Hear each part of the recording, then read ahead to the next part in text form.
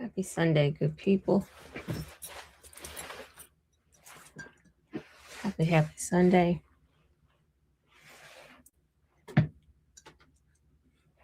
I hope y'all are well. Catherine, happy Sunday. Lorraine, happy Sunday. Hi, Evelyn. WLJ, good to see y'all in the chat. Evelyn said they still got a lot of snow. Y'all can keep all of that over there, please. Thank you. Happy Sunday. I hope everybody is well. All right. Thank y'all for being here this morning, this afternoon, whatever time it is. We lost an hour today, but we are here. I'm happy to report all of my clocks in my house are currently correct. I took care of that already, so I won't be confused the rest of the day, the rest of the week. So I'm feeling like I've made some progress already. The last clock I have to get together is in my car, and that one might do it itself, so I might be ahead of the game. All right, happy Sunday, Teresa, Bridget, Sacred Yogini. Hello. Hey, Rosalind, Diane. WLJ says it's sunny and beautiful in Ohio. I'm glad. I do too. I do too. I prefer all the daylight I can get. Hello, Juanita. They are. Evelyn, hi, Sandra. Happy Sunday to you. I get some sunshine going. This is my time of the year. When we have lighter days, longer days, and more daylight and all the things. This is my time as well. So no complaints. I just wanted to get my clocks together so I wouldn't be confused. All right, I'm over here still trying to adjust my doggone screen. I hate when updates change stuff that I didn't ask it to change, but here we are. Happy Sunday, everybody. Thank y'all for being here. Yeah.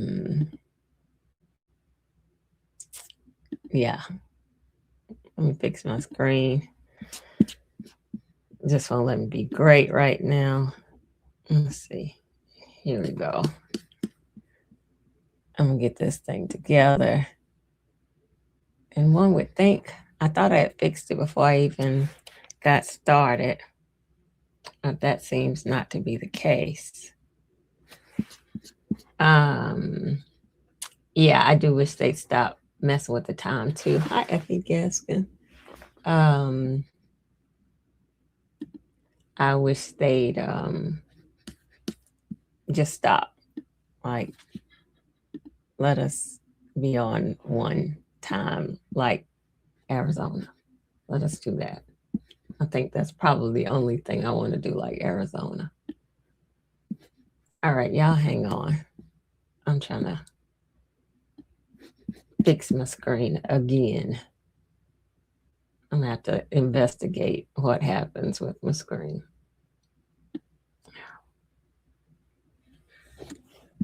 Maybe it's going to work.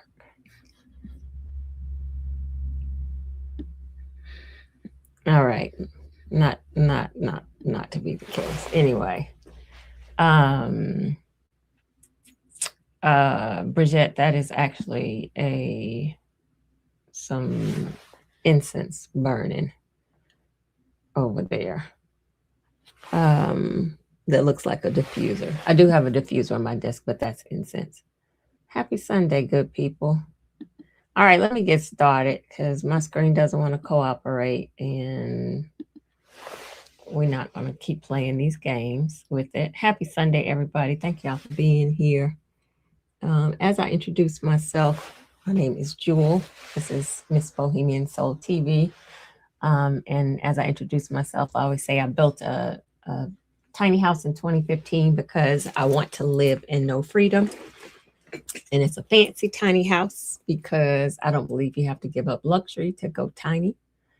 I am a lifestyle architect, strategist, community strategist. Come on, computer, my bad. And I use a longtime advocate for tiny living. That's what I was trying to say. And I use my experience and expertise to help others who are interested in the movement. I am a longtime advocate for representation in this movement. And I talk about downsizing and intentional self-defined lives through downsizing, through home design, through community. And that's what we talk about over here. If any of this sounds good to you, resonates with you, then once this goes live, there will be links to connect with me. And also, please subscribe to the channel so that you'll know when we're over here in community and conversations. And yeah, let's do that. If you haven't subscribed to the channel, do that right now. Hi, Cynthia. Thank you, Bridget. I'm working on it. My back is still, I did go get a massage and working on physical therapy. So thank you. It's happening. All right. So I also say, as I move into this work that, or this conversation, that my work is bigger than just tiny houses. It's not just about the tiny house. It's about exiting hustle. It's about designing home. It's about living intentionally, and it's about liberation. And so that's what we talk about over here, and that's what we're going to talk about today. So today we are talking about respectability politics.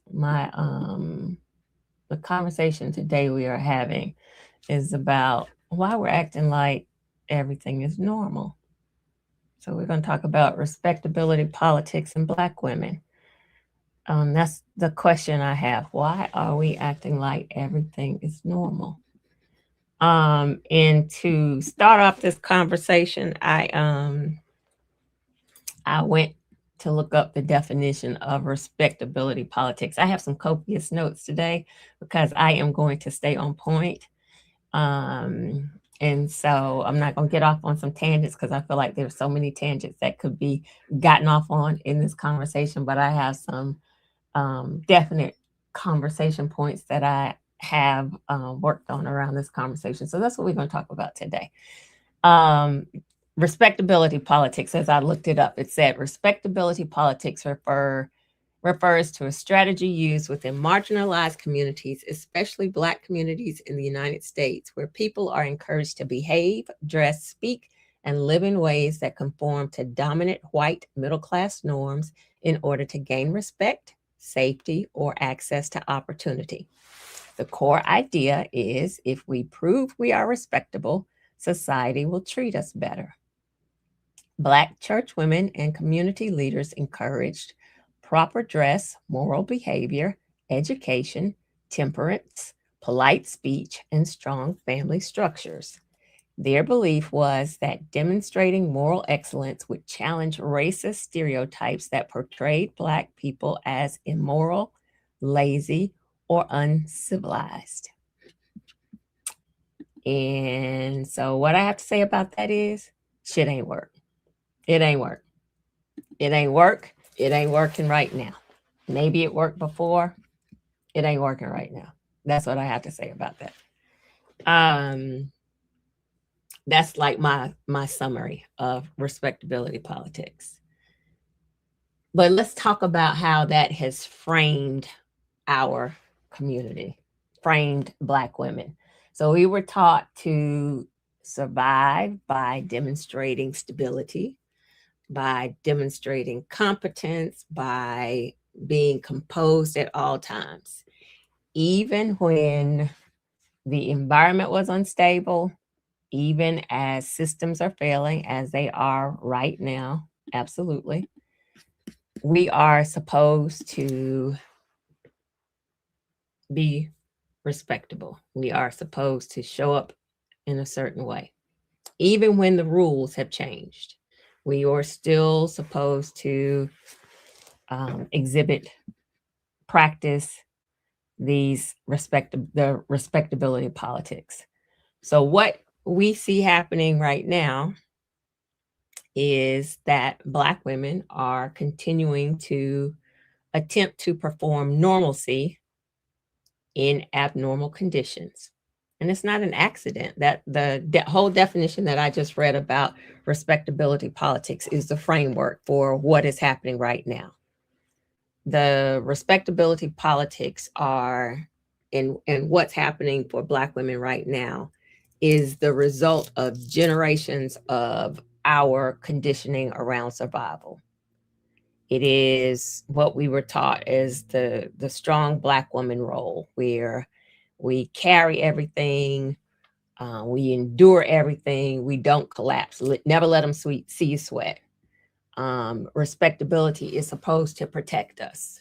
If we stay composed, if we stay responsible, if we stay professional, if we stay hardworking, we'll be safer, we'll be treated better.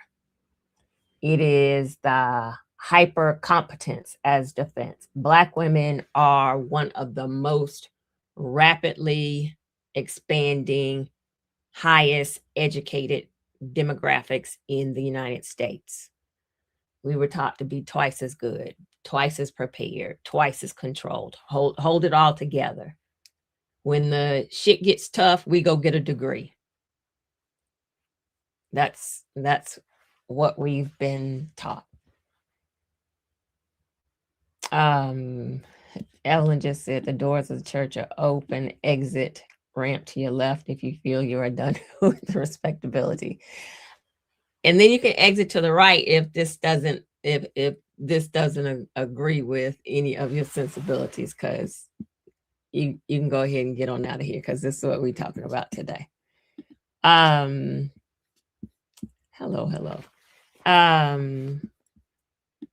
So that's what we have happening today.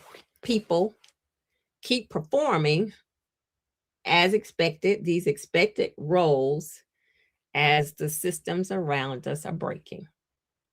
And for Black women, this looks like us continuing to overperform at work, even when the environment is hostile. This looks like us avoiding using our benefits that are legally available to us. We'll keep showing up in that hostile environment. We'll keep showing up broken as the hostile environment is breaking us. We'll avoid using our benefits.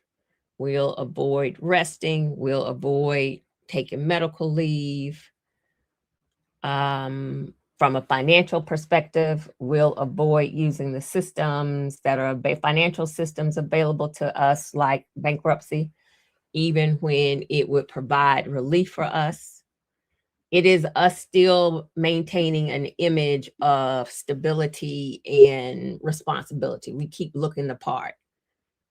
For us, there's culturally a fear that if we deviate from any of those things, then that will confirm the stereotypes that we're lazy, that we're uncivilized. So we continue performing. They believe that about us anyway. So the performance, like that part of the performance could be over if you really considered that, but we keep performing. Over on, I don't know if you all know, Pinky Cole, Slutty Vegan. It just came out that she was filing bankruptcy. And for those of y'all who know me, know I have an issue with Pinky on a whole different level. I attended an event that was, this is a tangent. See, that's why I got notes. I attended an event that was billed as this one thing, and I've kept saying, I sure hope this is going to be what it says it is. And I paid good money for said event, and it was absolutely not what it was supposed to be. But I am digressing. So I got an issue on another level because I felt like I was in the twilight zone because everybody else in the room was acting like it was earth shattering and life changing. And I was like, this is some bullshit. But okay. Anyway, that's another conversation. But back to the topic at hand. So it came out that she's filing bankruptcy with the slutty vegan restaurant. She's just gotten control again of the restaurant, and now it was announced she's filing bankruptcy. So folks are all in her comments and talking about her filing bankruptcy and have issue with it, and she's over there offering education on what bankruptcy does for a business and how it allows folks to reorganize a business. But we know from our community, in our community, bankruptcy has a stigma. It's especially stigmatized in our community because we have been taught to pay your debts no matter what. Don't ruin your credit. Handle your business. Don't let people say we're irresponsible. Meanwhile, them other folks will use bankruptcy as like it's part of their financial plan. They'll go out and buy a whole bunch of stuff, houses, cars, appliances, all of the things, and then file bankruptcy. Like it's strategic. It's in the budget. Corporations do it. Wealthy public figures do it. That person that is in charge of all of this chaos right now has done it. I think I saw 6 times. They use it as a strategic financial tool. But because of our respectability politics, we treat it as it's a failure. It's our moral failing. Instead of a legal reset opportunity like other folks see it. So we'll stay in stress longer than we need to when there are tools out there available to us, because we've been taught that's failure. The same thing shows up when we talk about, as I was just mentioning, about our health and taking leave. We won't use the systems that are available to us. If we taking leave, stepping away, resting, or simply even admitting that a situation is not sustainable feels uncomfortable for us because we still are fighting that stereotype about, and I saw you, Evelyn, I think it was you saying, oh no, I think that's Lorraine, who were the authors of Lazy and Trifling. Absolutely. But we are the respectability politics that tell us not to use our leave or not to rest because we don't want to be seen as lazy. We don't want to be seen as incompetent or the emotional person. What's happening right now is absolutely emotional, over emotional. So instead of using resources that are available to us, what we end up doing is over functioning. We'll keep showing up. We'll keep performing competence. We'll keep trying to hold everything together, at least front facing, even when it's damaging to us. One of the things I was thinking about the other day is, and I've said this before, and I say how weird it is to say that I have gratitude for having had a stroke. Not that I want to have another one, not that I wish having a stroke on anybody, not that I wish to have another one for myself, But the fact that as hard as it is to navigate disability, and I know the hardship in navigating disability is because they want you to give up and take your ass back to work. It's cyclical. The hardship in disability is it's hard to pay your damn bills with disability. But when I say I have gratitude for this process right now, instead of having to go step up in somebody's corporate America and try and have to function as if this shit is normal, Monday through Friday from 9 to 5,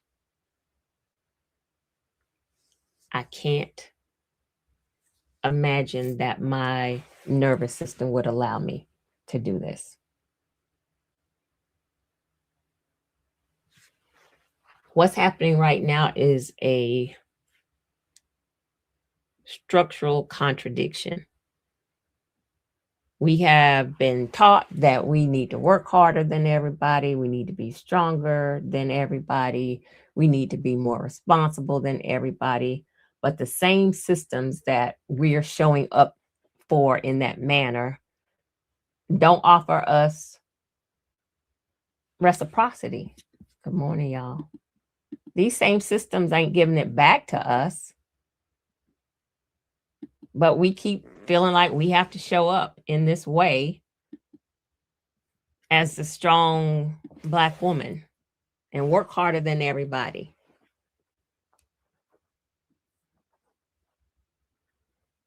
It's not sustainable.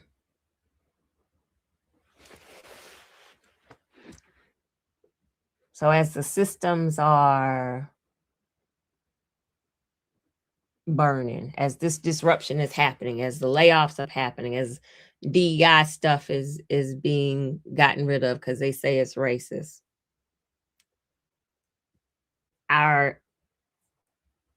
we're still showing up because our cultural programming requires us to.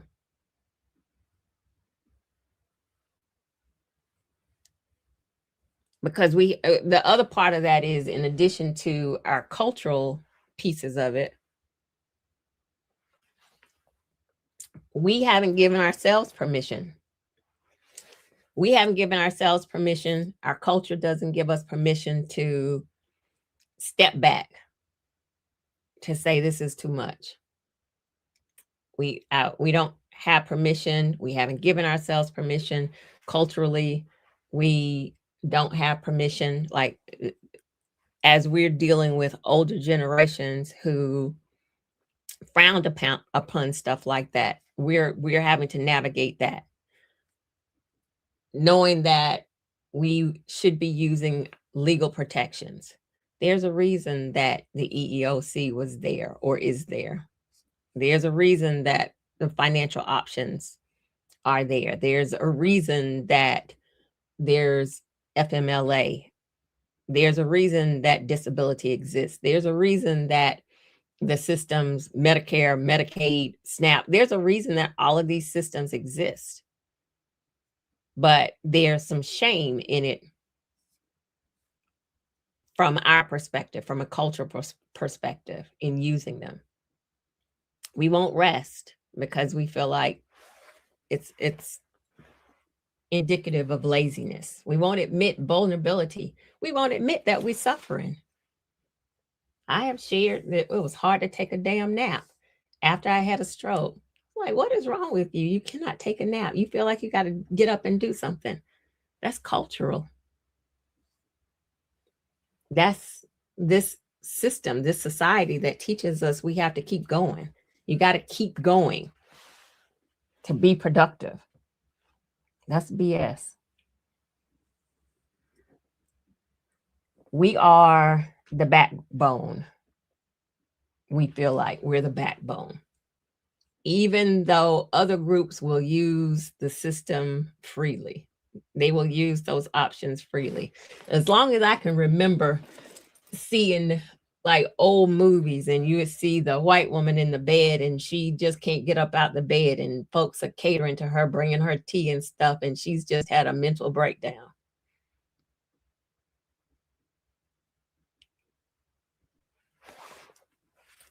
they've long been having mental breakdowns, and us over here won't even take PTO, let alone some FMLA.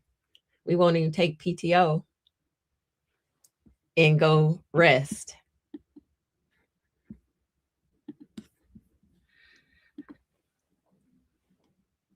Howdy, welcome. Glad to have you here. I see some new names in the chat. Welcome, y'all.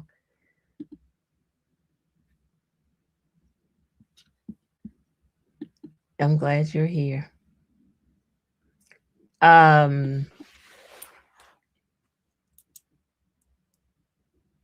understand.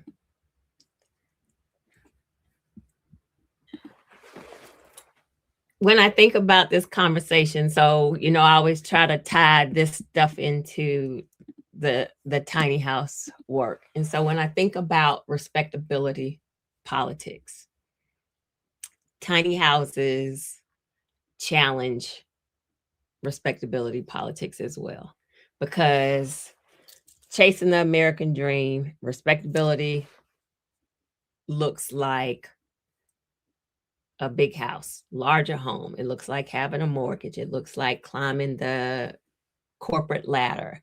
It looks like having visible material success. Like it's got to look like success on the outside. It looks like climbing up through consumption.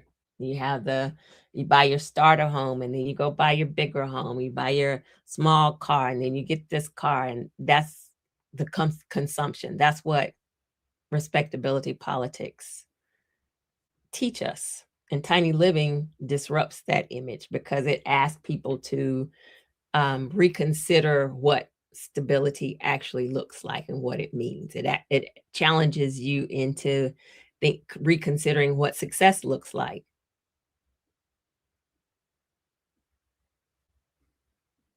It challenges you in considering whether smaller intentional living actually creates more resilience.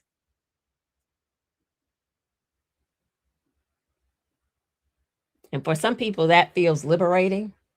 For me, for sure. But for others, it feels threatening because it challenges the visual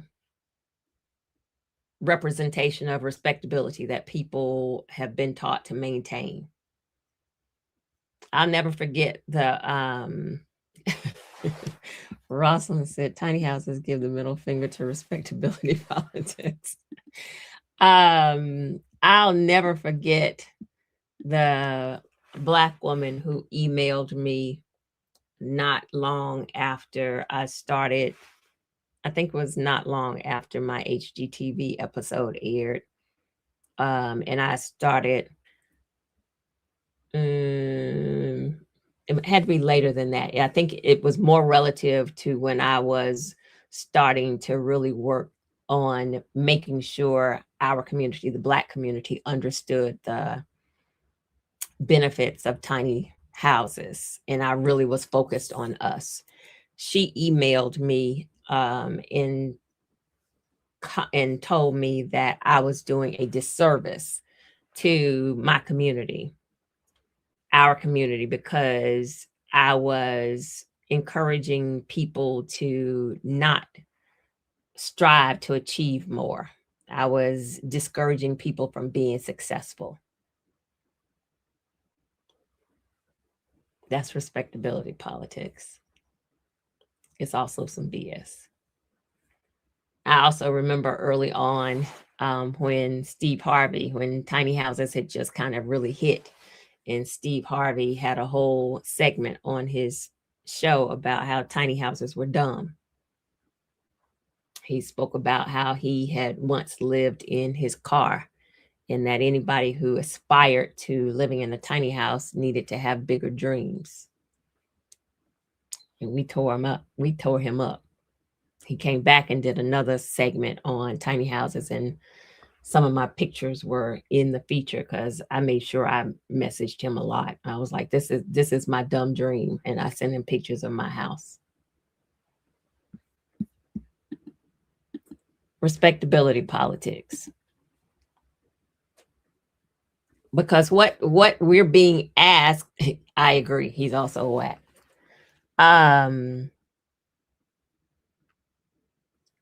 What we're doing is signing up for politics that don't serve us. Continuing to show up and look apart when stuff around us is not supporting that, when stuff around us is unstable, when stuff around us is harming us, but us continuing to show up and look apart is harming us. And what has to happen is we have to break within our community, and this is a bigger conversation within our community, we have to break some deeply embedded narratives around what worth looks like, what strength looks like, what survival looks like. That's a bigger conversation for our community. But right now, it starts with us. Like I want our community to get that as a whole. But right now, my focus is on Black women. We've got to break those stereotypes for ourselves individually.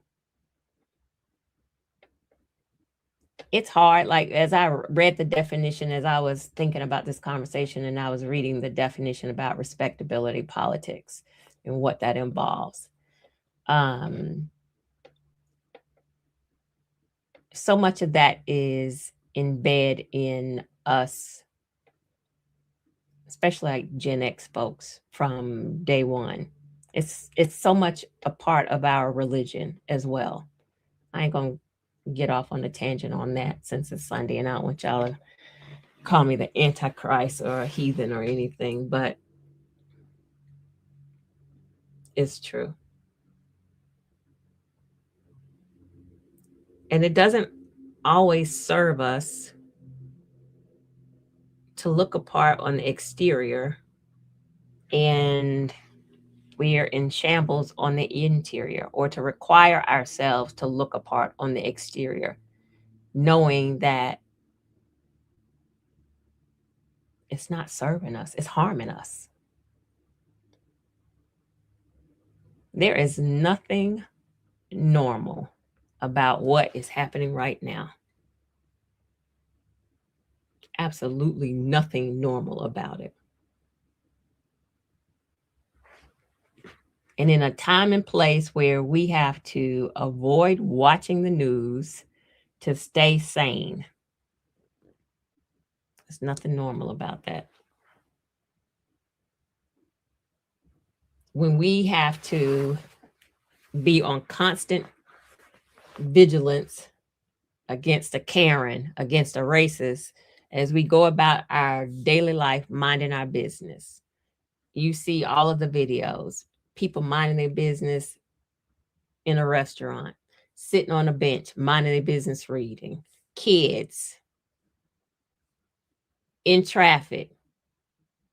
When you have to be, and we have to do that as part of our hypervigilance, like you shopping, trying to figure out the best vegetables to pick, but you also got to be hyper aware of who's around you. There's nothing normal about that shit.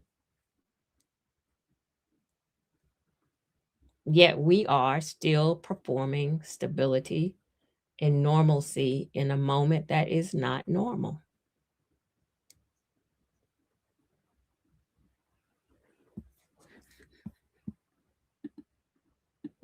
Absolutely. I agree with that. Everything is politics. I agree with that as well. It has been used to hold us down in so many ways.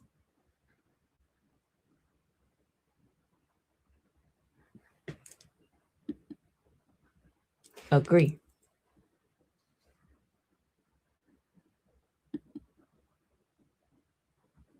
You can't fix stupid. I agree. This can't be fixed. I don't think I can curse anymore. My video might get banned. This can't be fixed. It has to burn. It has to burn. I agree.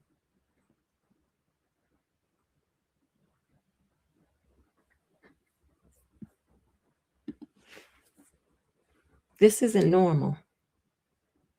Maybe so I am hi Key.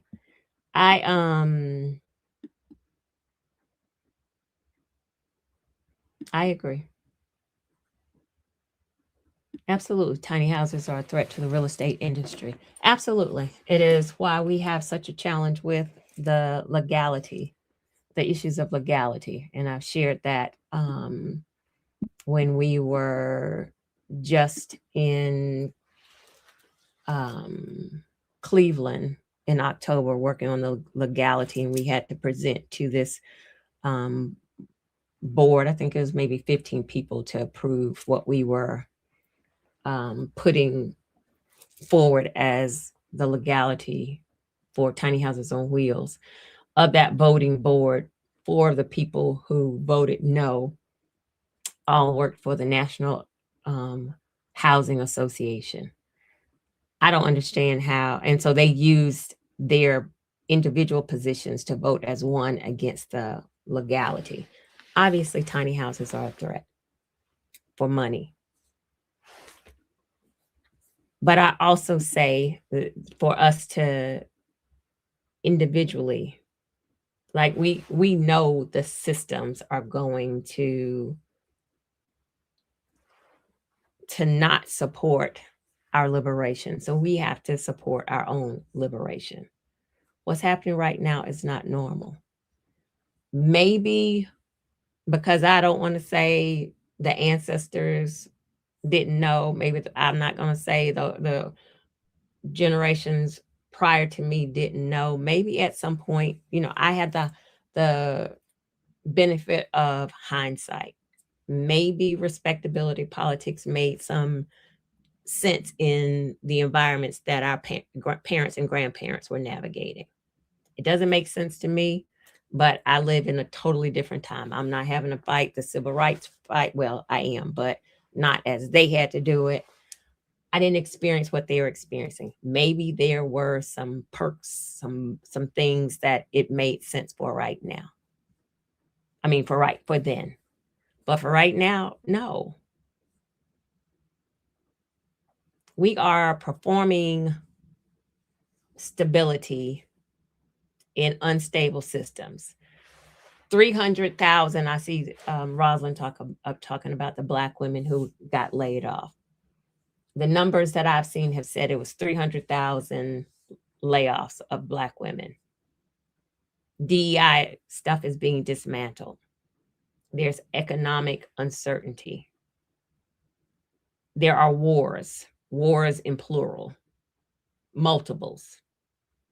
When I said you have to not look at the news to maintain your sanity, we're seeing death is normalized.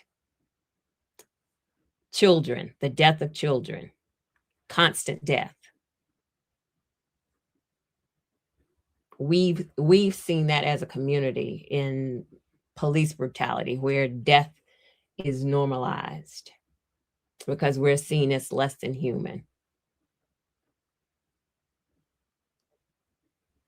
We're watching the earth move. We're watching the ground shift beneath us, but so many of us are still behaving as if the rules haven't changed. We're still performing normalcy in abnormal times. And that's harmful. We can't keep doing this. For us to keep performing competence, for us to keep holding everything together, for us to keep showing up strong because we're concerned about what those folks will think. Forget those folks. And forget isn't the F word I wanted to use, but because I've already said some bad words and I try not to use the F word on YouTube, but forget those folks. This is exhaustion. Exactly. Normalize to desensitize so that it will continue without resistance. Absolutely.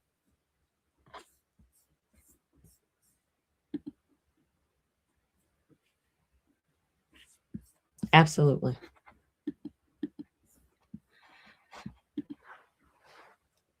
This is exhaustion. This is harmful for us. It becomes a mental, physical, emotional, spiritual health risk. I have shared my new brain, my new post stroke brain is more emotional than it has ever been. I've always been emotional. This new brain, as I've learned that your emotions are exasperated, exasperated. I think that's right. I think I said exasperated, exacerbated. That's the word I think I needed. Post stroke. For me, it's my sensitive emotions. I was in a group with a white lady who said she's angry all the time. I realized she must have been angry before she had a stroke. Thankfully, that wasn't me.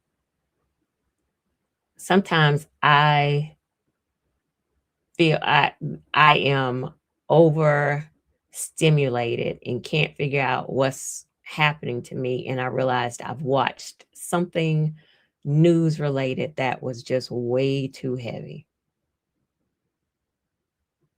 What is happening right now is physically, mentally, emotionally, spiritually, financially, all of the leads. Risk is it's a risk. It's too much. Us not taking leaves, us not stepping away from these harmful systems, us avoiding the tools that are available to us. And I recognize this administration is trying to get rid of a lot of the tools, the because of course it's only Black people they feel like that use these tools. It's not the case. We already know the majority of the folks who benefit from DEI. We already know the majority of the folks who are on some type of assisted benefits. Us continuing to overwork. We're using respectability as a coping mechanism. It's like you zip up your mask, you zip up the respectability politics and go out and face the world. A whole bodysuit. When really right now what we need is care, we need rest, and we need liberation. We need liberation over respectability. And we've got to channel that to save ourselves. Like, what is happening right now as we continue to show up and pretend like stuff is normal? Brigitte said we need some tea. I'm okay with getting some tea. I got some right here. What is happening right now as we continue to show up like all of this is normal is harmful to our nervous systems, harmful to our physical bodies. It is a physical emergency waiting to happen as we continue to show up and pretend normalcy in this abnormality. Y'all know what I said, what I meant to say.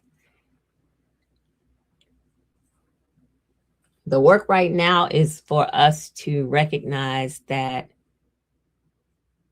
stability doesn't come from us performing for these unstable systems.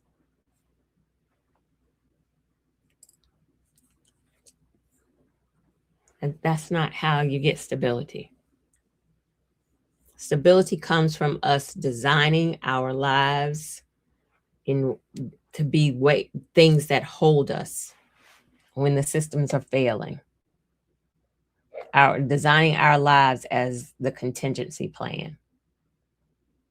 by any means necessary. Malcolm taught us that.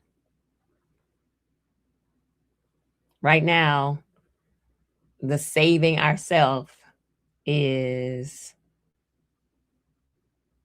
what is necessary by any means necessary.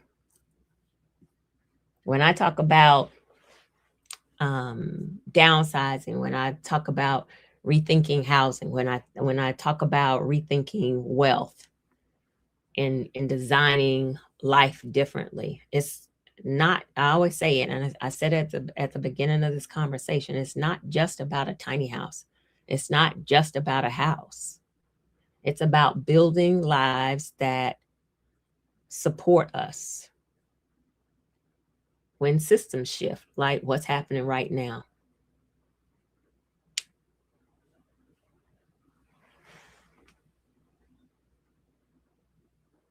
And the questions that we should be asking ourselves and asking, like, I feel like right now we have to ask ourselves this question throughout the day.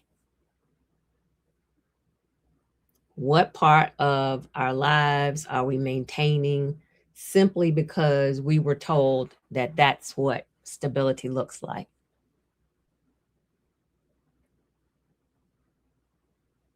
What are you holding on to so that it looks right outwardly, but inside it's not? You know it's not.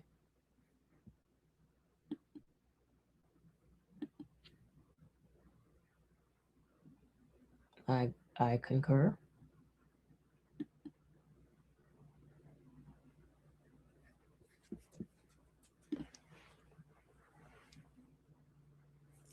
Where are we showing up and appearing to be normal, and we know it's a farce?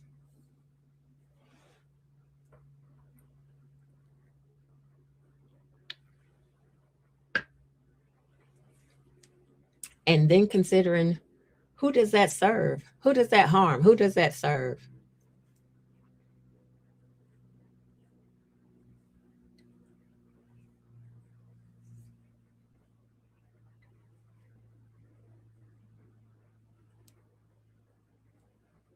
We also need to consider, like, what does it look like? What could it look like? What might it look like? What does it look like to design something different?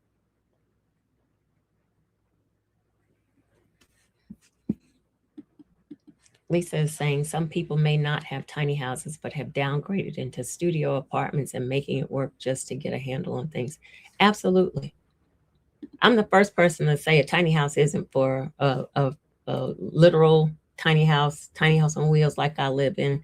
I recognize it's not for everybody, but the concept of downsizing, the concept of less consumption, the concept of less is liberation, the concept of getting a handle on the stuff around you is what it's all about. It's not just about the house. It's not just about the structure. It is about intentional living. It is about off-ramping from the systems that are causing us harm and requiring us to show up in a space of normalcy when everything is abnormal.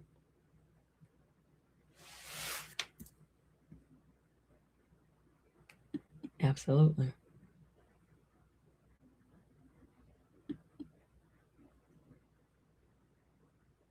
Absolutely. I agree with both of those comments.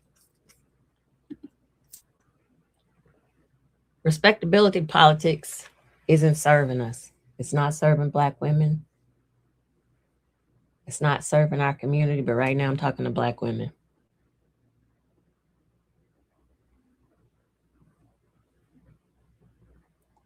We are performing inside of systems and roles and expectations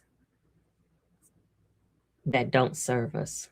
We're showing up normal in a time and place that is absolutely abnormal.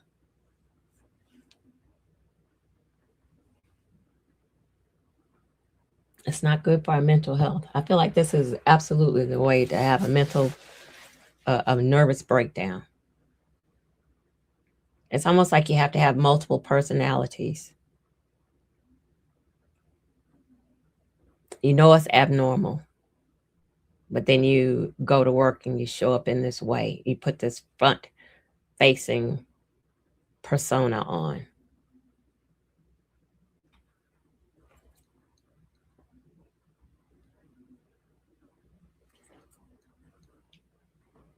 That's not normal.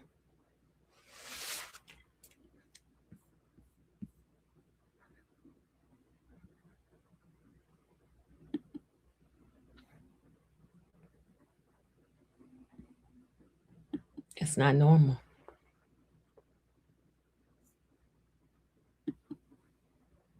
We have to consider what it looks like designing our lives for what we are experiencing right now.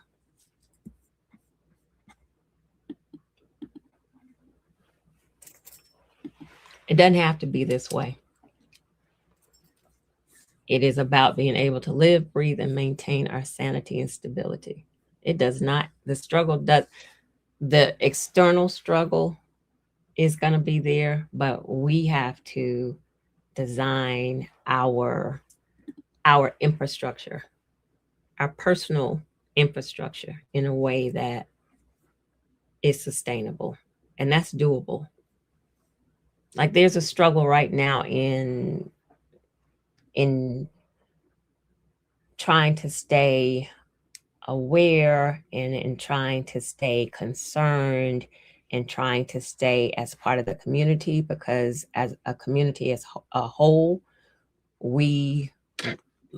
liberation is collective.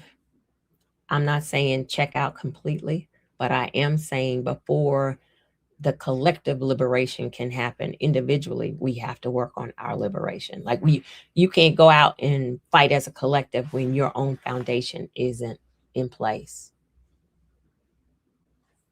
So until what is like building your house on sand, until your foundation is solid, you can't work on the collective. Until the collective, each person in the collective has a solid foundation, the collective isn't strong.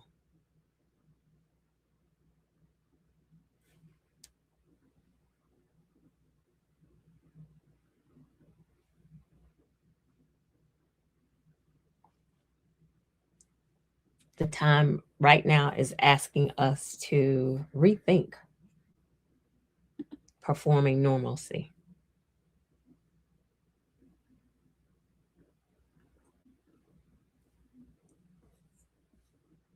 This is this is why I get excited about the work that I do, because this is, as I've reorganized, as I am reorganizing my work into what I call the off ramp, this is absolutely the work of the off ramp. And thank you, Evelyn. I saw you say that earlier. The off ramp, the metaphor for the work that I'm doing is around a highway system. When you're on the highway, you don't just abruptly stop. So the off ramp isn't asking you to quit your life. It's not the emergency lane. The off ramp, taking the off ramp is about intentionally exiting, choosing to exit, an intentional exit when the direction that you're going in, when the road that you're going in has come to a dead end, or when the road that you're up ahead of that road, you can see danger, the intentional exit, the off ramp, choosing something new.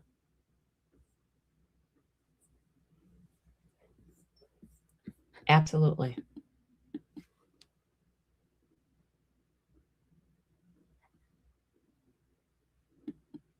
I agree.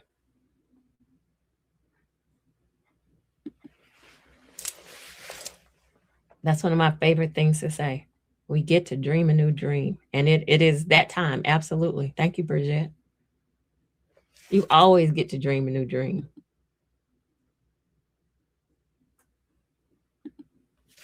DF Goddess is saying it feels like I have to be on guard at work and completely different outside of work.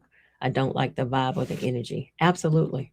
That's that front facing that we have, that the performing normalcy. But I want us to not be stuck in the performance part of it. I want us to take advantage of the systems that are available to us. I want us to consider what it looks like long term to design an intentional life. I want us to recognize when you're at that point and you know that you're at the end of the rope and you can't keep performing. Use your PTO. Take advantage of FMLA. Take advantage of leaves, short and long term. They're out there. Does a leave does that pay as much as maybe your full-time job? Absolutely not. But when you're in building an intentional life and you start focusing on less as a liberation and you start trying to scale back, like there's some hardship in building an intentional life, absolutely. But there's also some hardship in this abnormal system. Pick which one is going to serve you better. Building an intentional life is going to serve you better. It's going to serve you better in the long term. We can't keep performing in this current system. We can't keep performing as if everything that is happening right now is normal and think at the end of this we're going to be okay. It's like living a lie and pretending. That isn't going to turn out well. Absolutely. I remember that song. Absolutely. Don't, Olita Adams. Don't care how you get there. Just get there if you can. Absolutely.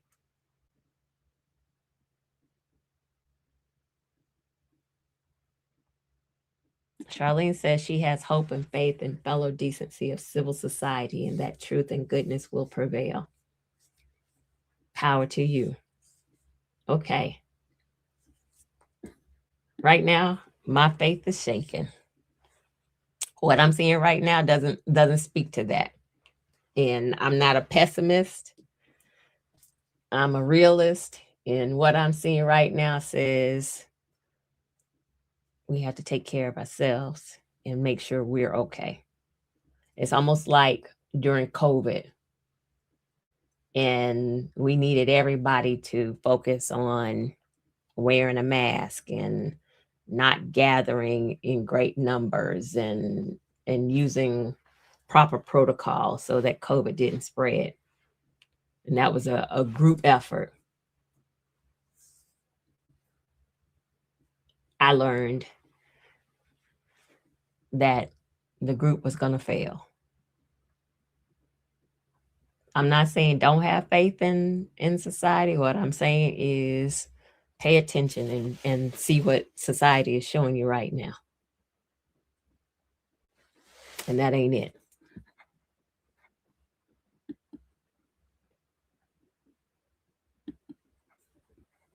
Not discouraging you to not have faith. I'm asking you to have a plan B set up in the interim.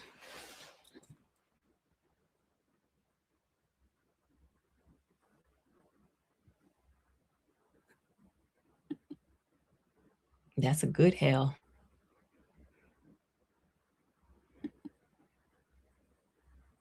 Absolutely. Uh-uh.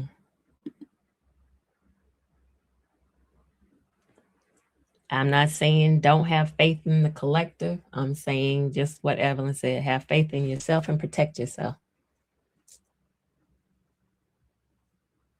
I'm saying don't continue to show up as everything is okay and it's not. I'm saying designing an intentional life right now where you're focused on the priorities. COVID should have taught us. Some folks got the lesson. I think so many people got the lesson during COVID And then as society is trying to take us back into business as usual, or is trying to take us back into business as usual, people lost the lessons. A lot of folks lost the lessons.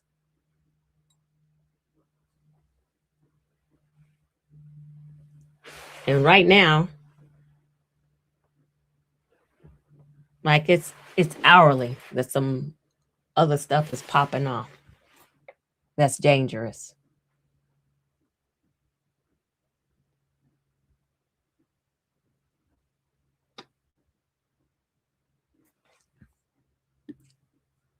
I agree with that. Uh-oh. These messages are moving. I was sure that I'm not advocating fear. Absolutely not advocating fear, but I'm advocating that we pay attention. I'm advocating that we take care of ourselves. I'm advocating that we don't sign up for respectability politics that aren't serving us when we need to be focused on self-care. Absolutely not advocating fear.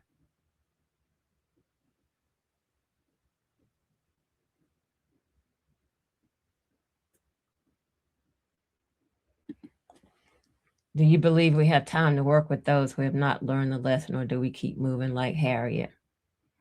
I think I'm gonna go back to what I said before, is we have to make sure our foundation is strong, and then we can get with the collective. And then sometimes the collective can't go, because it is real that everybody can't go. Just like Harriet had to leave some folks, some of them can't go. But until we are okay individually, we can't go out and save everybody. So some of them folks don't go. I don't, it's why I show up here. I want us to understand. I want to help as part of the collective, and I also have to work on me. So I'm not saying it's every man or woman for themselves. I'm not advocating that as either, but I am advocating that we don't fake the funk and keep trying to show up as stuff is normal, and it's not, and continue to harm ourselves.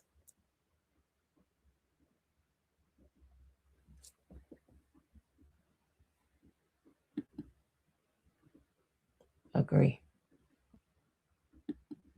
Right. Put your oxygen mask on first, like the directions on the plane. Absolutely.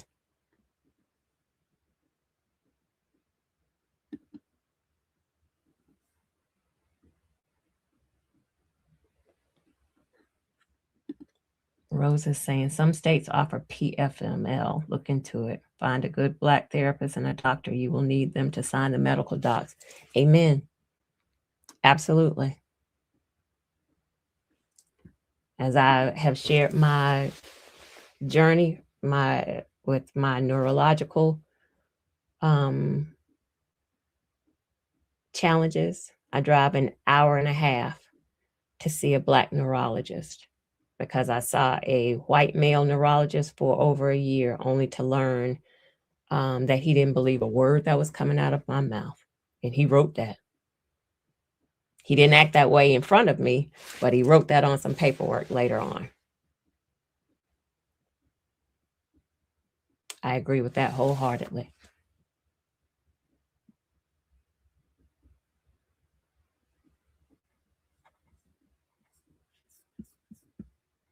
We cannot keep performing. That's the gist of this conversation. It's harming us. We have to take the off ramp. We have to design our lives intentionally. Maybe it's a tiny house. Maybe it's a small space, a smaller space. Maybe it's taking leave. Maybe it's going to the doctor because your heart is racing and you still showing up and your heart is racing.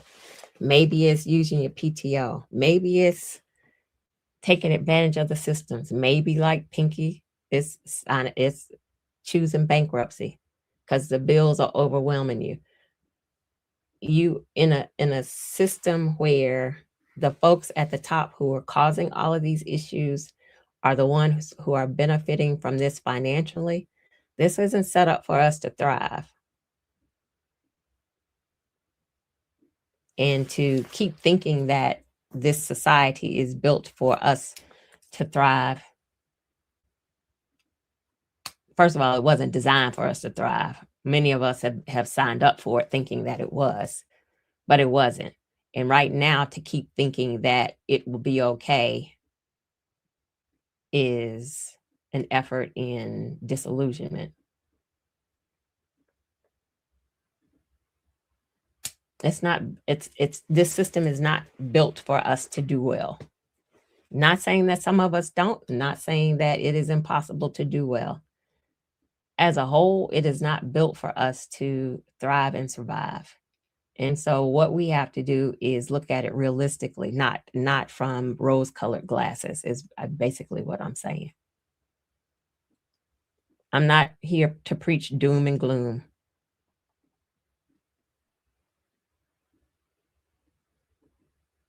But I am here to say for us to continue to move through as if all of this is normal and not recognize that it is not, or not allow our bodies, our nervous systems to not to understand, not to be able to admit the vulnerability and the fact that we're not well. This you can't be well if you're performing normalcy right now.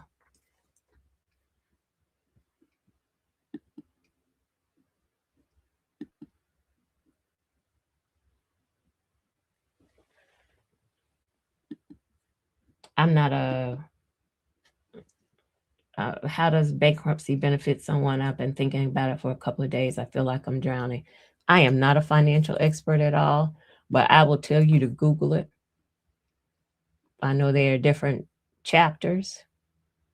I know that as you Google it and see people talk about it, they talk about the relief that it has brought them. As I had Googled bankruptcy, it was saying that it was designed as a reset, like it was purposely designed as a reset, a financial reset. The stigma that's associated with it is big in our community. I feel like the stigma was also something that was designed for the lower classes to not take advantage of it, to make it seem like it's something that we shouldn't be doing, as while the wealthy people do it on a regular. If it's out there and available to you,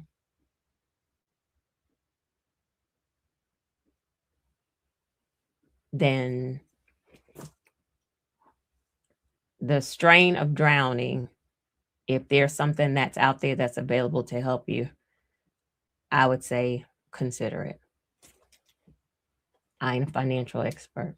Don't ask me anything about leading financial conversations. That is not my lane. However, Google is out there and there are people, and I see folks commenting in the chat.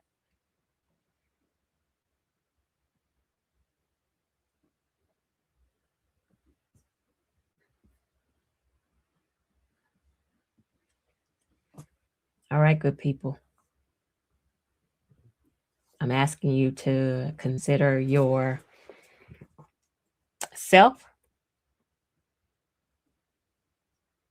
as the individual versus what the community says you should be presenting in our respectability politics. I'm asking you to look at yourself and see where you need to let that mask down so that you can take care of yourself. What does that look like for you?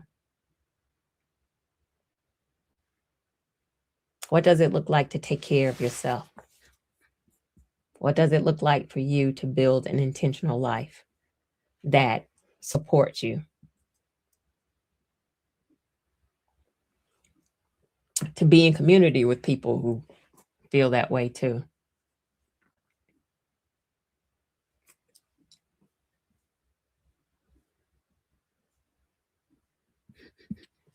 One of the things that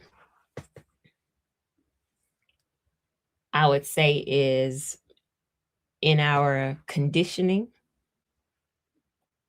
and it's conditioning when you've been taught respectability, politics, and everything that goes with it. All of that, that's conditioning when it's something that is ingrained in us that this is the way we should move, where you're ignoring outwardly. You're not missing your opportunities intentionally, like the financial opportunities or taking advantage of the FMLA and all those things. You're not intentionally missing them. We're not taught to look for them. We're not taught to look for opportunities to take care of ourselves. We're not taught to lean into things that could offer us rest and ease, because we're taught through these respectability politics to stay in the struggle, work hard. If you're struggling, you're not working hard enough.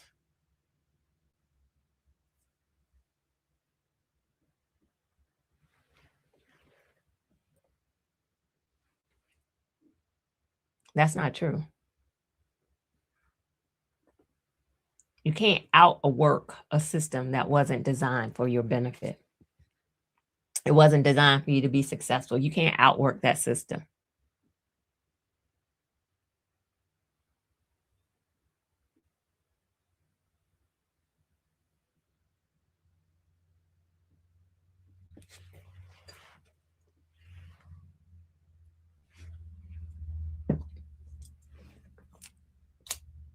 We got to take care of ourselves. We can't keep showing up pretending.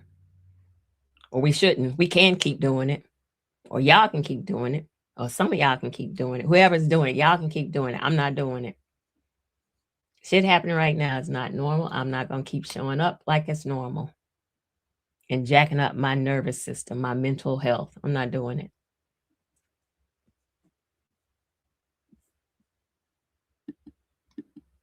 Absolutely. I'm not doing that either. Like, we have one life that we get to live.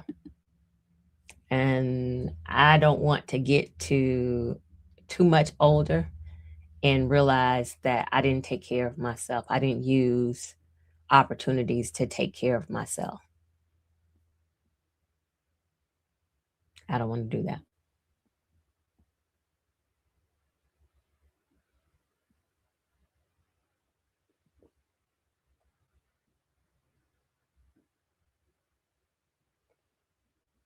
That's not where I want to be. I was trying to read some of the comments. Sorry, y'all. The system is designed for our detriment. Absolutely. And that's why I don't believe the systems can be rehabilitated. That's why I feel like they have to burn all the way down to the ground. And they are on their way and be rebuilt. The systems that are in existence right now saw us as 3/5 of people, 3/5 of a man. They didn't even see us as whole people. How can those systems be designed for our benefit? They didn't burn those systems down. They built on top of those systems.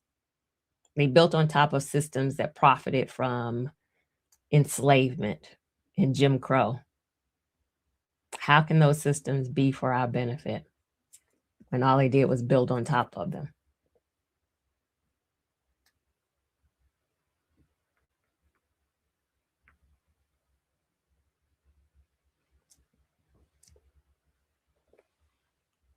What y'all saying over here?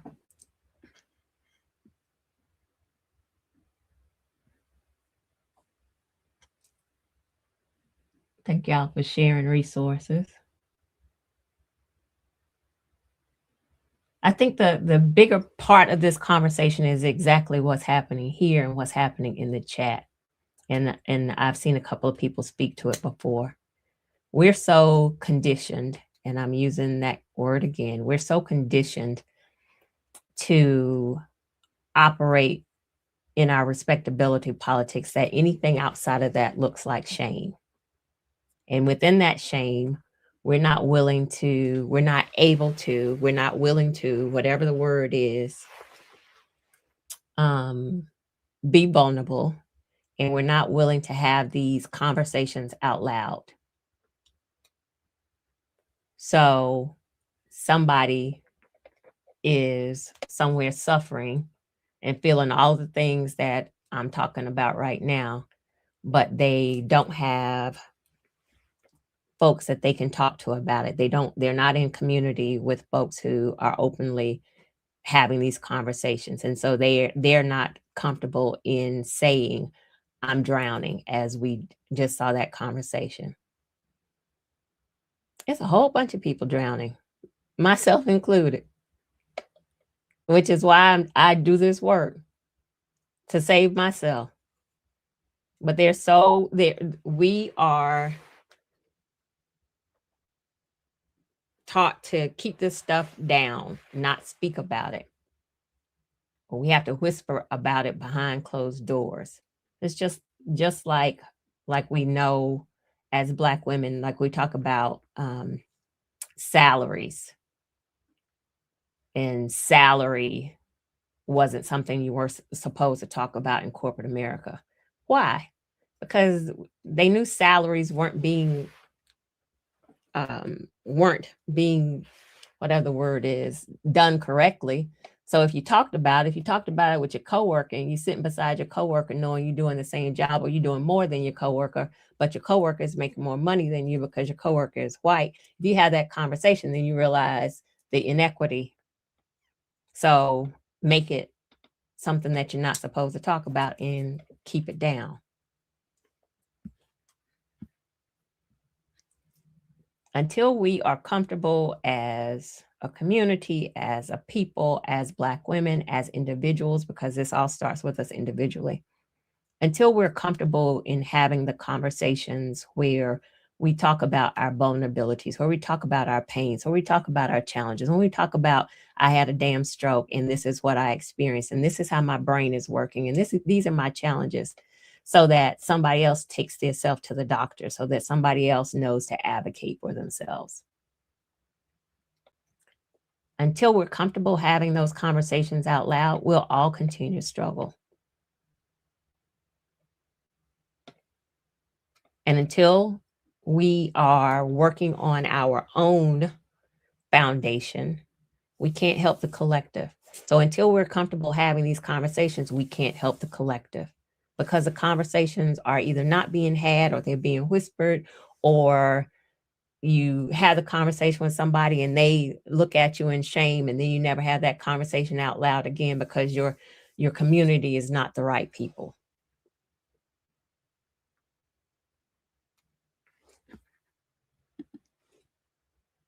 Not all spaces are safe spaces. Thank you, Donna.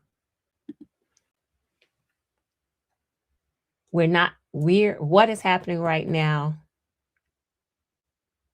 is not something that folks who are here all the time will confirm that before the person that's in charge right now, before this shift started happening, months before that, I said, you need to find your people. You need to be in community.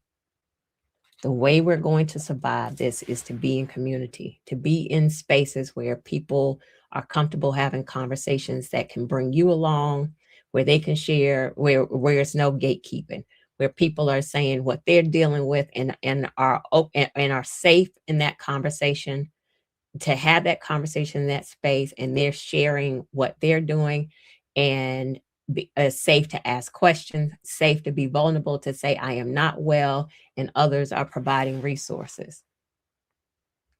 What is happening right now, we got several more years of this shit. You are not going to survive it without the right people in your community.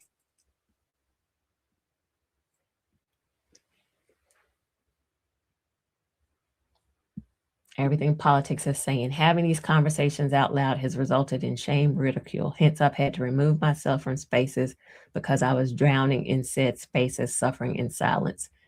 And my answer to that is you are in the wrong spaces. When you're in a space where you can't be honest and vulnerable, you are in the wrong space. It doesn't mean you shut down the conversation. It means you find your people. It means you find the right community of folks to have those conversations. That's what that means. I got a whole community where we talk about this shit. I don't think I should curse anymore. Maybe I need to do better. I'm struggling. That was not your failing. That was not a failing on your part. That was a community failing in not being able to support you. Lisa is saying when we bottle it up, we get sick. When you pressure bust pipes, when you bottle it up, you can have a heart attack, you can have a stroke. All of the diseases are caused from stress. That's the start of it. Stress. Because we bottle it up, because we hold it in, because we're trying to have a conversation and say we're vulnerable and we receive shame. Shame is other people's inadequacies. Oftentimes, the same people who are shaming you are in the same situation and they don't have the guts, the wherewithal, the integrity to say, I know exactly what you're talking about. And so they instead will shame you because you are strong enough to be vulnerable. It takes strength to be vulnerable.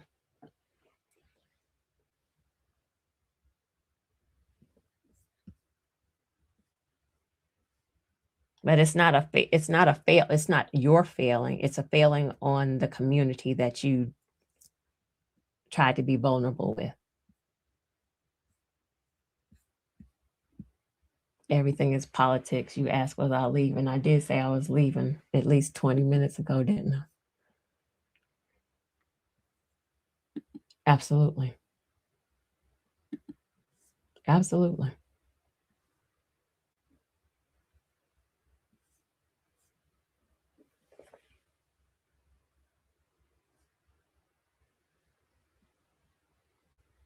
Oh, thank you, Donna.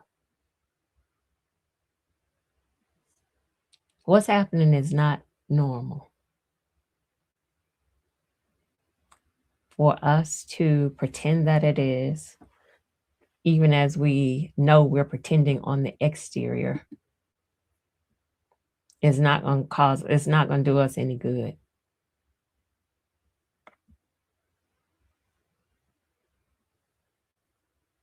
Absolutely.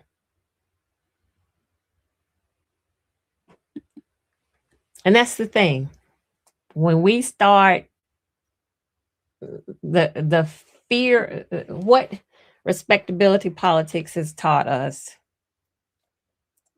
has a lot to do with fear. And also to rely on the systems that are out there, the systems that aren't built for us. And just like the comment I just shared, once you start building your intentional life and working toward your own liberation, things start showing up for you to support you in that. It feels scary to let go of the traditional systems. I, for one, can tell you being on disability, not working, like the other day, I was thinking to myself, you basically are retired in where I'm sitting right now. When you let go of support systems, when you let go of the ideals of what stuff is supposed to look like, we are all sold this story of the 401k and the retirement plan and the pension, and after such and such time, and after you have such and such amount of money in the bank account, then you can consider retiring. And you shouldn't, there's some schools of thoughts out there of how much money you should have in your account before you can retire. Once you stop listening to what society says should be done and how it should be done, and start designing that intentional life that is yours, that takes care of you and what you need, the support comes. It doesn't have to look like you've been told it looks like. It doesn't have to look like what you told yourself it has to look like. Once you start getting away from the thoughts of overconsumption and looking the part, once you start experiencing that lighter lifestyle, then you start realizing what's really important. And it's not the money in the account, because we all know the stories of somebody who's worked hard their whole life. They get to X amount of dollars in their account, they go retire, and then within a short few months, they're no longer with us. They worked themselves to death. They didn't even get to enjoy what it was that they were building. I agree. Once we stop subscribing to what folks say it should look like, what it should feel like, you shouldn't do this until this, sign up for this. Once we stop subscribing to that, the respectability politics, once we stop subscribing to pouring into a society that's not pouring into us, the success, the support shows up.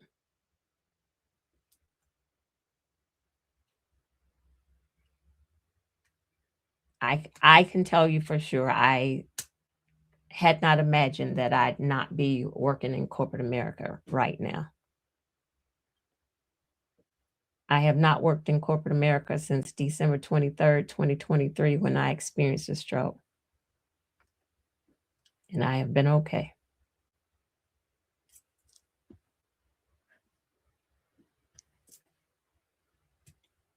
Once you stop signing up for what sounds respectable, for example, I've shared I had a car accident the other week.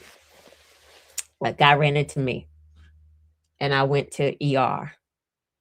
And as I'm sitting in ER, and the woman asked me about my insurance, for about 2 seconds, I felt something in my body getting ready to be uncomfortable and saying, I don't have any insurance. I don't have no damn insurance. I have had Cobra. I Cobra is expensive as I don't know what. I switched over to something from the Affordable Care portal that was less than half of what Cobra cost. I had that for a while.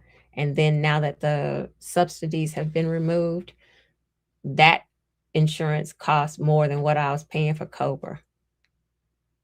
I can't afford that. I'm not the only person right now who does not have insurance. I have not had insurance on myself, health insurance on myself, um, since I don't know when. That hasn't, I've had it as part of a job. I've had it as Cobra if I've been laid off. I've not been in this position. And for half a second, I started to feel some type of way about it. Me not having insurance is no moral failing of my own. There are millions of Americans right now who don't have insurance. So why should I feel some type of way about saying that out loud? That ain't my shit. We live in a country that doesn't prioritize healthcare. Why should I feel a way about saying that out loud?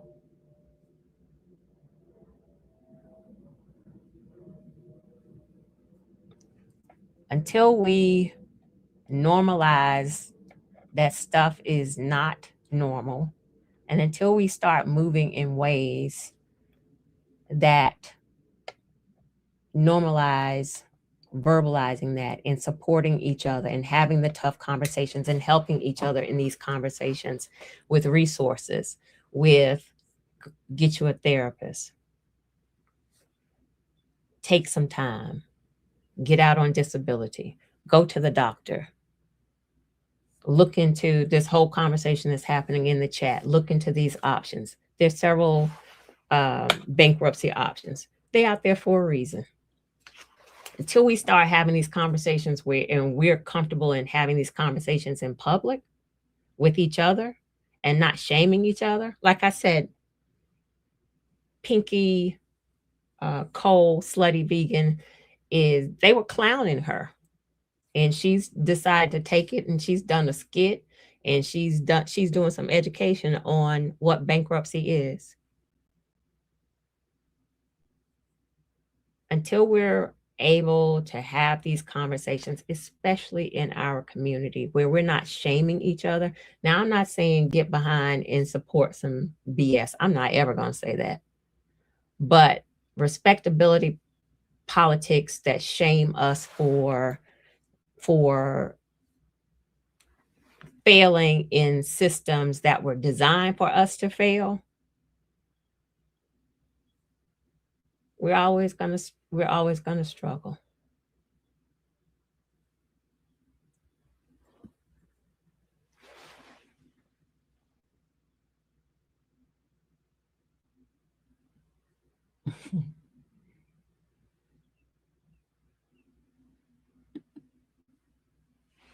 Donna, I had Kaiser. I used to love Kaiser. I had Kaiser when I had my daughter in the late 80s, and I would love going in there.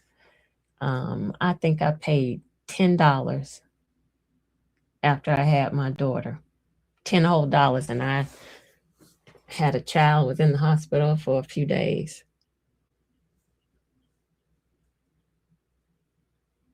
But there is no shame in my game in saying I don't have insurance. It is not my moral failing. I don't feel. I had a conversation with myself. Do I have to go back to get a job so I can have some insurance? Absolutely the hell not. Go back to a job so the job can kill me, cause me to be stressed out, as said job that led to me having a stroke, so I can have some insurance. That is a cycle of insanity right there. Absolutely not. Absolutely not. One of the bonuses, and I was talking about this with Katrina the other day, one of the bonuses for me is knowing that there are other countries that have excellent insurance. And now I'm not opposed to taking myself out of this country to go have a medical procedure in some other said country. I am not one of the people that believes the United States is the greatest country in the world. It absolutely is not. Absolutely is not. I have a cousin who was living in Brazil and got sick, and he was in the Brazilian hospital, I'm going to say maybe 2 weeks. What I know for sure is they went above and beyond to take care of him and figure out what was going on with him. What I know for sure is everything that he experienced while he was in Brazil, and I mean, them doctors were working. Doctors that he had that weren't even involved in what was going on were showing up at the hospital to consult with the doctors that were working on him. And they were doing that proactively. They learned that their patient, who they saw in some other way, nothing to do with what he was experiencing, they learned that their patient was in the hospital, and they showed up to the hospital to talk to the doctors who were treating him. What I know for sure is he would be deceased if what he experienced in Brazil had happened in the United States. And we're quick to say we're the best country in the world. We absolutely are not. There are countries that are very happy to offer health insurance as part of what their offerings are for the people in the country. Free. And it's excellent. It's not some namby-pamby insurance. Or healthcare, I meant to say. I don't subscribe to what we have here is the best.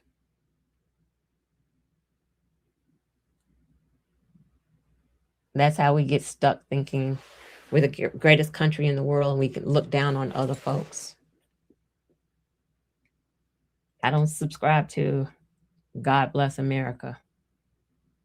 I subscribe to God bless everybody, because everybody outside of America is his people as well. I'm not subscribing to God bless America and forget the rest of the folks. I'm saying all of us, America and the rest of everybody as well.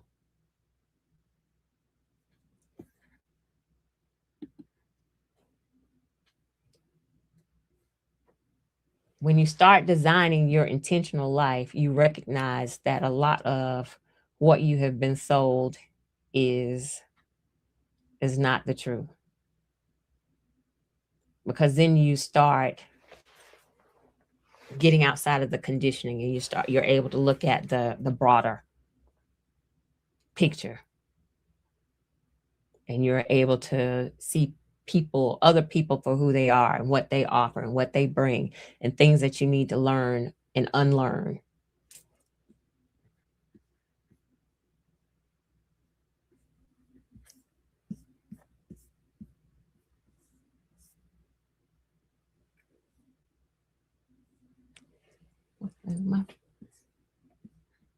My comments got stuck for some reason.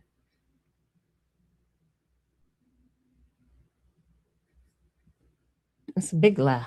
Absolutely. Thank you, Evelyn. Thank y'all in the chat working. Please like this session. Please like my channel. Thank y'all for being here. Thank y'all for working. I forget to say that all the time. I appreciate y'all. Our system, the intentional living, moving out of the country, living somewhere else isn't for everybody. But just like I say, tiny houses aren't for everybody. But don't let it not be for you because you subscribe to the thinking that America is the greatest country that there is. Absolutely not true. If you decide you don't want to live outside this country for any other reason, fine, that's your business. But don't sign up for that because you feel like the United States is the greatest country in the world and you subscribe to that third world country rhetoric that they like to throw around. The United States is a third world country. There are so many countries that offer a healthcare system right now that is free, that takes care of their people, their food systems. Don't not consider living somewhere else because you've been sold on the lie that this is where it's at, because it's not.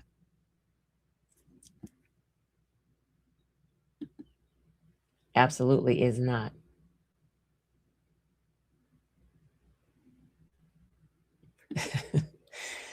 The divided states is the ghetto. It is ghetto over here. It is. And we're so, now when I say we, I'm not talking about us. I'm not talking about me. The United States is so quick to call somebody somewhere else the ghetto. The United States is so quick to throw a travel advisory up on some other space. It's a whole travel advisory to be here. It is a travel advisory for me to pull out my driveway and exist in where I live. That's a travel advisory.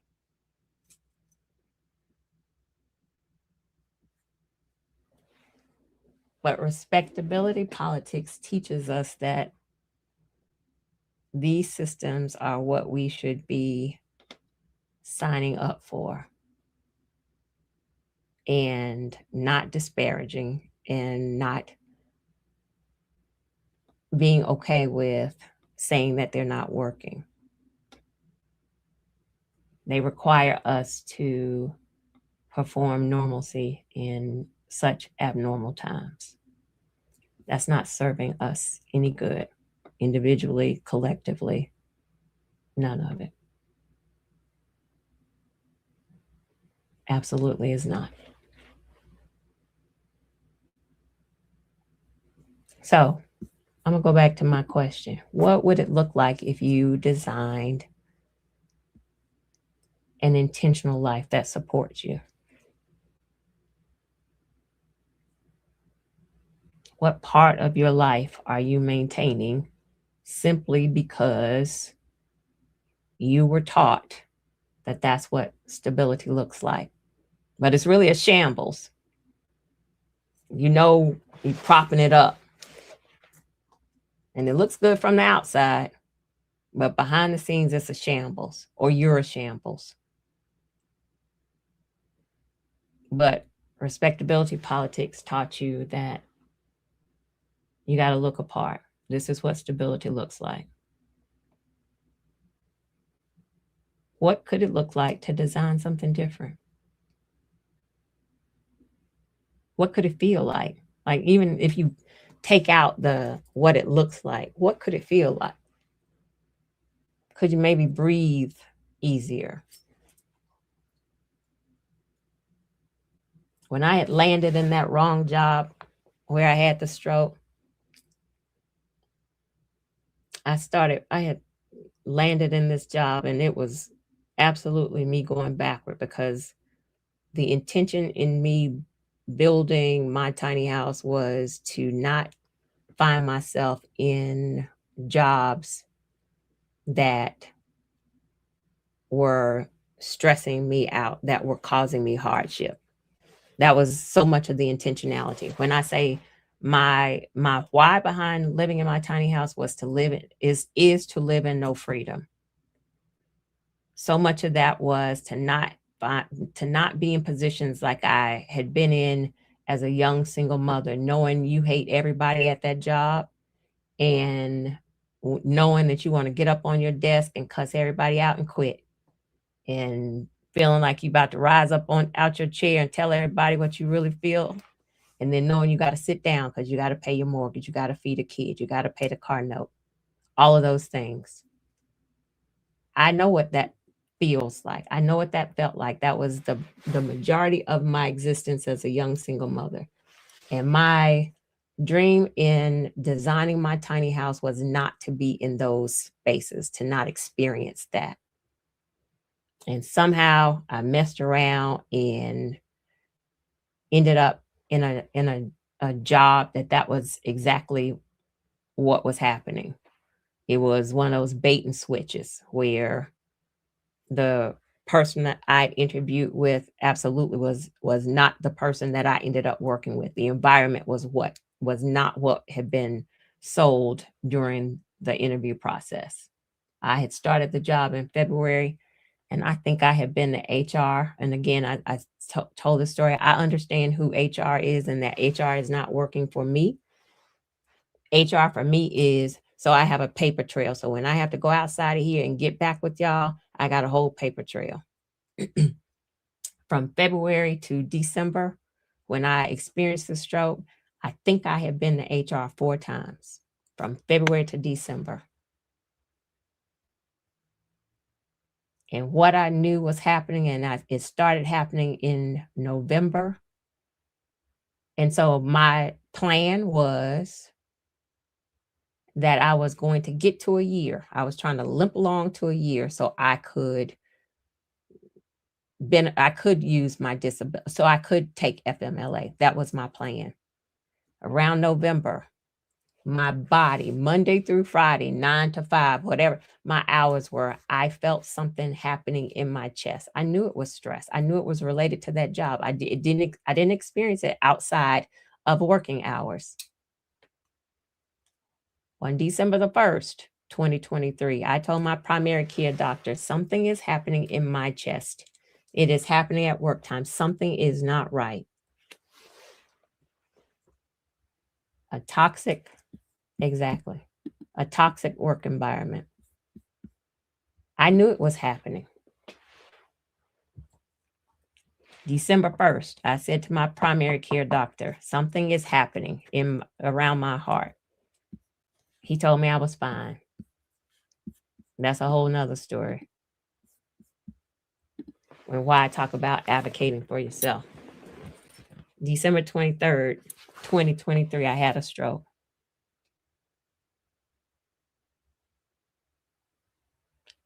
That feeling that you have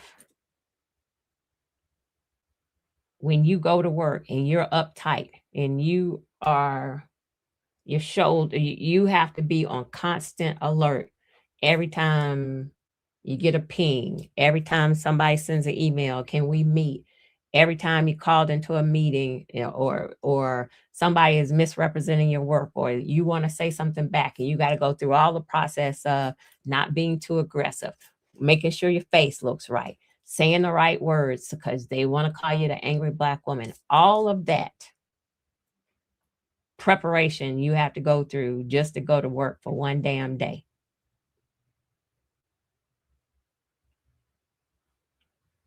What would it feel like to design a life that you don't have to feel that? Not just what it would look like on the outside. What would it feel like for you, your nervous system, so you can damn relax? What would that look like? Absolutely, it's exhausting.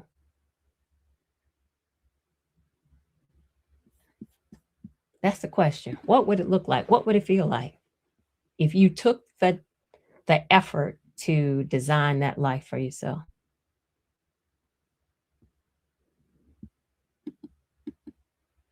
It's not normal. It's exhausting.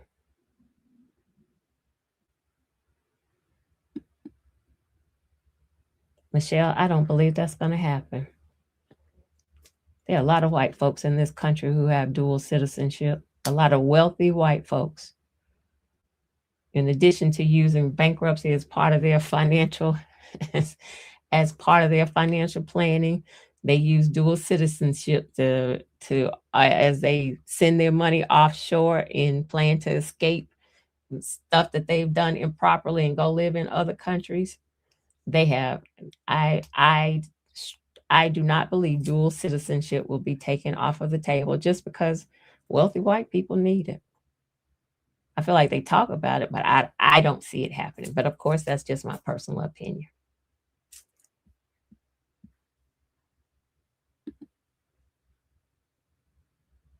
I have given up all of the what I am supposed to do.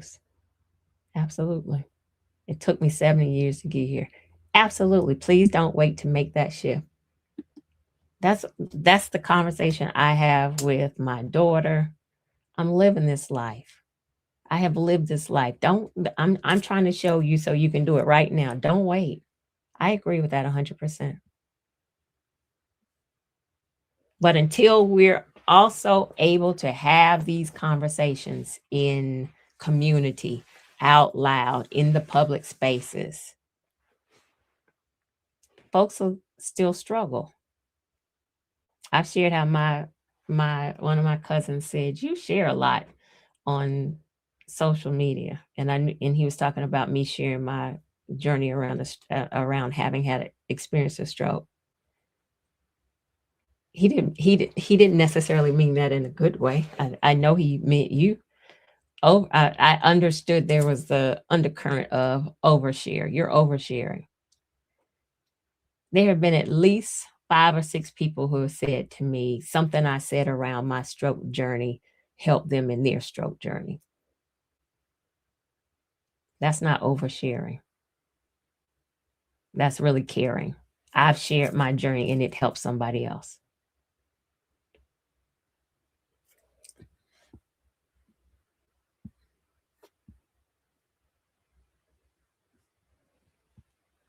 We have to prioritize ourselves, our care, our health, our mental health, our wealth, and rethinking what wealth looks like so that we can take care of ourselves. We can't continue to appear to be normal during abnormal times. It's not serving us at all.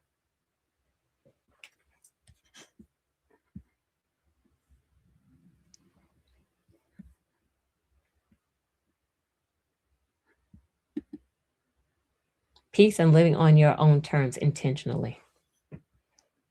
Absolutely. Because once you start getting there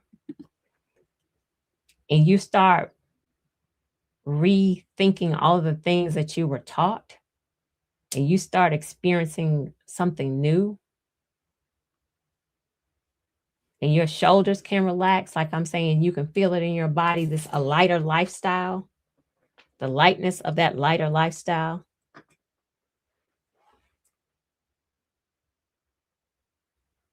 That you don't have to manage so much mentally, physically, and emotionally. I'm not just talking about a tiny house. When you start getting into letting go, downsizing, I always say people, places, and things. It's not just about the physical things, people, places, and things. Once you start moving into that space, that lighter lifestyle, and then you realize this is what I need to strive for. This is the feeling that I want. This is the liberation that I want.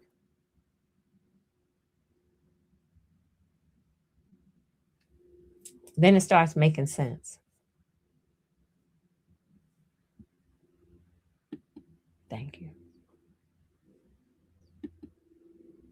You can feel it in the atmosphere. Absolutely.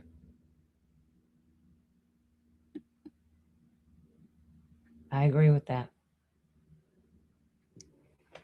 My my godson's daughter, I don't have a I'm not gonna say she's my granddaughter because I like to respect people's family structures. I'm not her grandmother. She calls me Gigi. I hung out with her yesterday. She's 6 years old. Um, we had such amazing conversations, most of which she was leading. She told me about SpongeBob and AI. And as she was explaining the AI, she stopped to make sure I understood what she was talking about. Yes, ma'am, I'm tracking. She also had a political conversation with me. I didn't start it. I made sure her daddy knew I didn't start the conversation. I agreed with her political leanings. She's 6. I didn't have any feedback for how she felt. We had a conversation. She saw a pin that I have in a button in my car that says I love being Black. She asked me about why I love being Black. That was a beautiful part of the conversation that we got to have. What else did she tell me about? She schooled me on a lot of stuff, and it was just her talking. And then when we went to the park, we went out to eat, we went to the park, and we came to my house. And when we came in my house, she was standing in the front and she said, "Your house is just magical." She said, "I remember when I came over here last time, we were laying on the bed looking at the stars. Your house is just magical." That's the feeling, the magical. When you are, my house holds me. One of the benefits for me in this journey of experiencing a stroke, managing surgeries, managing the finances, managing disability, one of the biggest things has been that has helped in my healing is my house. the way my house holds me and offers me stability. That feeling, it's magical to me. That feeling of support from a structure. And again, it's not just physical things, people, places, and things, but that feeling, that support, that structure, that holding, that magic. That's what we all should be feeling. Some magic.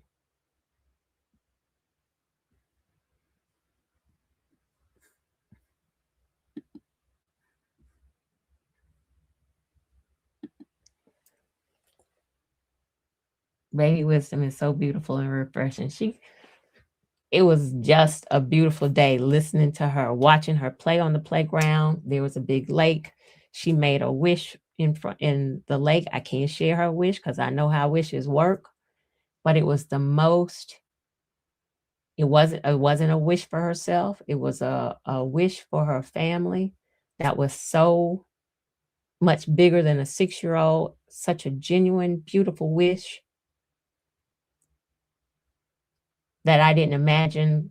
It was a little boy over there. He was wishing for, what did he wish for? Some type of bike. Some he had some generic type wishes that I would expect from a kid. He was about her age. Her wish was for her family. And it was beautiful. We sat in here on the couch and she chatted and told me all the things. And she kept making sure I was tracking. Do you understand? Yes, ma'am, I understand. I understand. Thank you for checking to make sure I'm keeping up.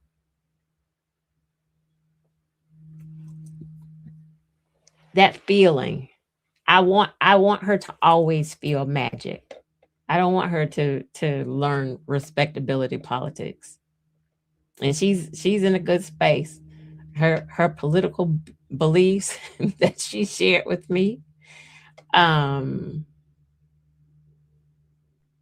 don't want her to sign up for respectability politics. These younger people, I don't want them to have to experience playing in systems and being and feeling like they have to show up normal and abnormal times versus showing up authentically. And I might have to back into it at my right age of understanding what it looks like to show up authentically. But that is what I want to do. And until we can show up authentically and show up in our vulnerable spaces and be supported, find ourselves in communities where I can say, I'm not well. Or even if you don't say it, as something that just happened in my Soul Collective community this week, I shared about my week and I have folks asking, what did I need? How can we help you? That's the community we need to be in. And I appreciated that. I felt seen. I just shared that my week had been challenging. The question was, how can we help you? Not being in community where you feel shamed in saying, I'm experiencing this challenge or something, and where you feel shame from having shared. That's not community. That's not the spaces that we need right now. That's not the spaces that help us be able to show up. Those are the spaces that require us to continue to show up normal in abnormality, because you can't show up authentically.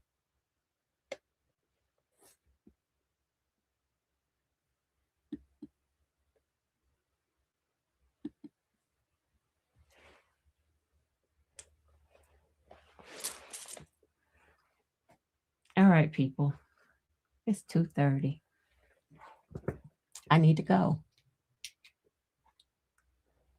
I stayed on par with my notes, so thank y'all. I did get off on a couple of tangents, but I stayed on par.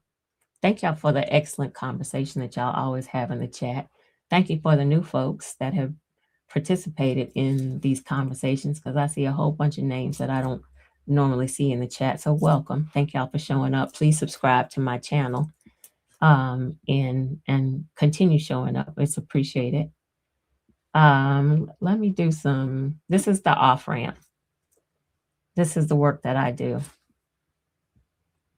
You can find some information over there. Let me do this right because let me share it.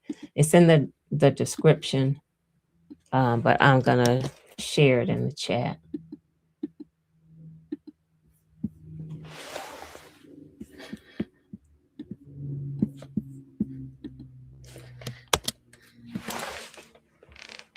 If this work, if this conversation has resonated, if this work has resonated, if you're looking for community, I feel like I'm passing the plate at the end of the service. This is where we are. This is how you can connect. This is the work that I do. Thank y'all for being here. I appreciate y'all. Thank you, Evelyn. Thank you very much.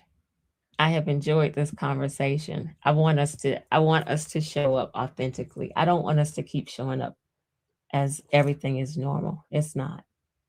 I want us to be in spaces where we're okay to admit that it's not normal. And I want us to be in spaces where we feel supported.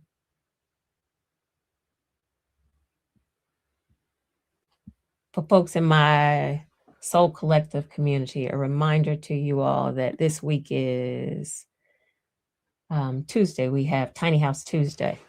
For folks who have questions, want to talk about tiny houses, we got Tiny House Tuesday. And then on next Saturday is our community conversation. And y'all have some pre-work for our community conversation. So don't forget that.